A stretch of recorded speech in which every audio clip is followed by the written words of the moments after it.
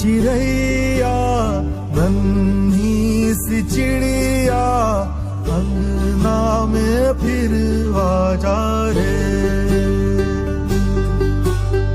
गोरी चिड़ैया नन्ही सी चिड़िया अंगना